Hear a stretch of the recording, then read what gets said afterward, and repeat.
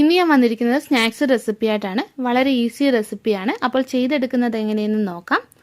Snacks ചെയ്തെടുക്കാനായിട്ട് 3 പഴം എടുത്തിട്ടുണ്ട്. ഞാലിപ്പൂവൻ പഴമാണ് എടുത്തിരിക്കുന്നത്. നല്ലോണം പഴുത്ത പഴം വേണം ഇത് ചെയ്യാൻ വേണ്ടിയിട്ട് എടുക്കാൻ. ഇനി ഇതൊരു മിക്സിയുടെ ജാറിലിട്ടിട്ട് നമുക്കൊന്ന് അരച്ചെടുക്കണം. അതിനായിട്ട് പഴത്തിൻ്റെ തൊലിയൊക്കെ കളഞ്ഞിട്ട് ഒരു മിക്സിയുടെ ജാറിൽ ഞാൻ ഇട്ട് കൊടുത്തിട്ടുണ്ട്. ഇനി ഇതിലേക്ക് 3-4 ഏലക്കയുടെ തൊലി കളഞ്ഞിട്ട് കുരു മാത്രം നമുക്കിതിലേക്ക് ഇട്ട് കൊടുക്കാം. നിങ്ങളുടെ കയ്യിൽ ഏലക്കാപ്പൊടി ഉണ്ടെങ്കിൽ ഏലക്കാപ്പൊടി ചേർത്ത് കൊടുത്താലും മതി.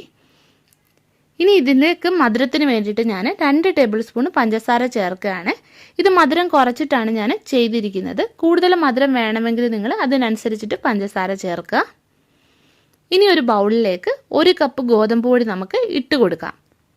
ഇനി ഇതിലേക്ക് സ്വല്പം ഉപ്പ് ചേർക്കാം. പിന്നെ അരച്ചു വെച്ചിരിക്കുന്ന പഴം ഇതിലേക്ക് ചേർത്ത് കൊടുക്കാം. ഇനി ഇത് കൈകൊണ്ടൊന്ന് കുഴച്ചെടുക്കാം. ഇപ്പോൾ കുറച്ച് കട്ടിയിലാണ് ഈ മാവ് ഇരിക്കുന്നത്. ഇനി കുറച്ചും കൂടി വെള്ളം ഒഴിച്ചിട്ടൊന്ന് കുഴയ്ക്കാം. നമ്മുടെ കയ്യിൽ ഒട്ടിപ്പിടിക്കുന്ന പരുവത്തിൽ വേണം ഇത് കുഴച്ചെടുക്കാൻ. അപ്പോൾ ഇത് കുഴച്ചെടുത്തിട്ടുണ്ട്. ഇനി കയ്യിൽ കുറച്ച് എണ്ണ തടവിയിട്ട് ചെറിയ ഉരുളകളാക്കി ഇതുപോലെ എടുക്കുക. എന്നിട്ട് ഇത് എണ്ണയിലിട്ടിട്ട് ഫ്രൈ ചെയ്തെടുക്കാം. ചെറിയ ചെറിയ ഉരുളകളാക്കിയിട്ട് എടുക്കുക. ഒരുപാട് വലിയ ഉരുളകളാക്കുകയാണെങ്കിൽ അത് മൂത്ത് വരാൻ കുറച്ച് സമയം എടുക്കുവേ. അപ്പോൾ എണ്ണ ചൂടായി വന്നിട്ടുണ്ട്. ഇനി ഇതിലേക്ക് ചെറിയ ചെറിയ ഉരുളകൾ ഇട്ടിട്ട് നമുക്ക് ഫ്രൈ ചെയ്തെടുക്കാം.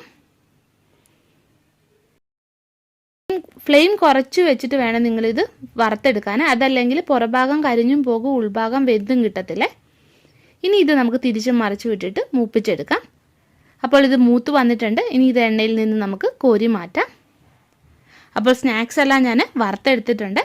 അപ്പം നല്ല പഴുത്ത പഴം ഉണ്ടെങ്കിൽ നിങ്ങളത് കളയാതെ ഇതുപോലെ സ്നാക്സ് ചെയ്തെടുക്കണം. വളരെ പെട്ടെന്ന് ചെയ്തെടുക്കാനും പറ്റും, അതുപോലെ നല്ല ടേസ്റ്റിയുമാണ്. അപ്പോൾ ഇതുപോലെ ചെയ്ത് നോക്കുക. പിന്നെ വീഡിയോ ഇഷ്ടപ്പെടുകയാണെങ്കിൽ ഒന്ന് ലൈക്ക് ചെയ്യാനും ഷെയർ ചെയ്യാനും മറക്കല്ലേ. അപ്പോൾ നമുക്ക് വീണ്ടും മറ്റൊരു നല്ല റെസിപ്പിയുമായിട്ട് കാണാം.